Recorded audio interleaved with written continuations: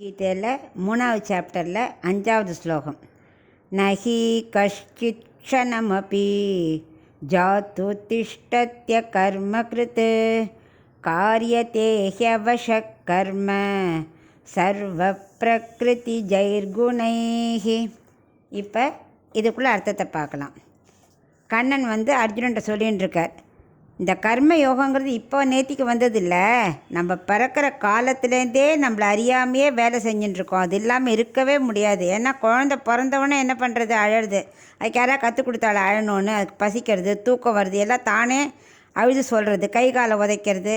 இதெல்லாம் ஏன்னாக்க பல ஜென்மங்களால் நம்மளால் அது அப்படி செஞ்சு செஞ்சு செஞ்சு செஞ்சு நமக்கு பழக்கப்பட்டது. அதனால் ஒரு வினாடி கூட கர்மா செய்யாமல் இருக்கவே முடியாது. நம்ம அறியாமல் செய்கிறது தான் கர்மயோகம். ஞான யோகங்கிறது அப்படி இல்லை, தெரிஞ்சு செய்கிறது. இப்போ பக்தி பண்ணணும், கண்ணை மூடிக்கணும், கண்ட்ரோல் கொண்டு வரணும் புலன்களை, இதெல்லாம் நம்ம தெரிஞ்சு செய்கிறது. ஆனால் கர்மயோகம் அப்படி இல்லை. கர்மாக்களை நம்ம எப்போவுமே நம்மளை அறியாமே சில ஒர்க்குகள் செய்வோம்.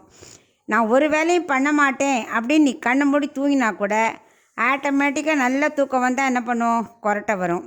இல்லை கொசு உட்காருது, நம்ம தூக்கத்தான் இருப்போம், ஆனால் கை ஆட்டோமேட்டிக்காக தட்டி விடும்.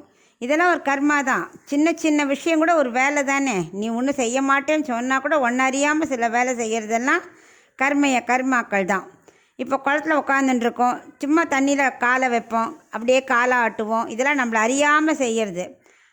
இது ஏன் தெரியுமா இதெல்லாம் செய்கிறோம்? நம்மள்கிட்ட முக்குணங்கள் எப்போவுமே இருக்குது. அதாவது சத்வ ரஜ தமஸ் 3 குணங்கள் இருந்துகிட்டே இருக்கும். இது ஏதாவது ஒரு காரியத்தை தூண்டி விட்டுட்டே இருக்கும். எந்த குணம் மேல் நோக்கி இருக்கோ அந்த காரியத்தை நம்ம செய்வோம். சத்வகுணம் மேலோங்கி இருந்தால் பெருமாளை கவனிக்கிறது, பூஜை பண்ணுறது, ஆராதனை பண்ணுறது, கோயிலுக்கு போகிறது, அதெல்லாம் பண்ணுவோம். ரஜகுணம்னா இந்த பொருள் வேணும் அப்படின்னு அந்த ஆசைப்படுறது. தமோ குணம் தூங்கிகிட்டே இருக்கலாம் போல் தோணும். அதனால் என்ன பண்ணணும்னா நம்ம டெவலப் பண்ணிக்கணும் சத்துவகுணத்தை. அதை பண்ண பண்ண பண்ண பண்ண ரஜோகுணம் தமோகுணம் கட்டுப்பட்டுடும். சத்துவகுணம் வளர்ந்ததுன்னா நம்ம ஞான யோகத்தை கிட்டிடலாம். ஸோ ஞான யோகம் வந்ததுன்னா பலன்களை அடுக்கிறது ஈஸி. அதனால் இது ஒரு பெரிய படிக்கட்டு மாதிரி சொல்கிறார் பகவான். இதுக்கு ஒரு படிக்கட்டாக அமைச்சிருக்கார். முதல்ல கர்மாவை பண்ணு, வித் ஆராதனையோட பெருமாளையை நினச்சிட்டு பலனை எதிர்பார்க்காம நீ பண்ண பண்ண எனக்கு பகவானுக்கு பிரீத்தி ஏற்பட்டுறது. ஸோ பகவானுக்கு பிரீத்தி வந்ததுன்னா நம்ம பண்ண பாவமெல்லாம் விலகிடும். பாவம் விலகித்துனா விருப்பு வெறுப்பு நம்மளை விட்டு போயிடும்.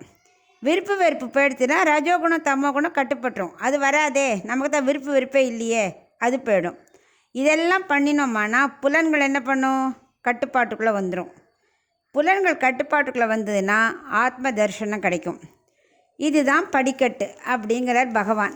அதனால் நம்ம எந்த காரியத்தையும் பண்ணாமல் இருக்கவே முடியாது. கர்மயோகம் பண்ணித்தான் ஆகணும். அதுதான் நமக்கு ஈஸியான வழி அப்படின்னு இந்த ஸ்லோகத்தில் சொல்கிறார்.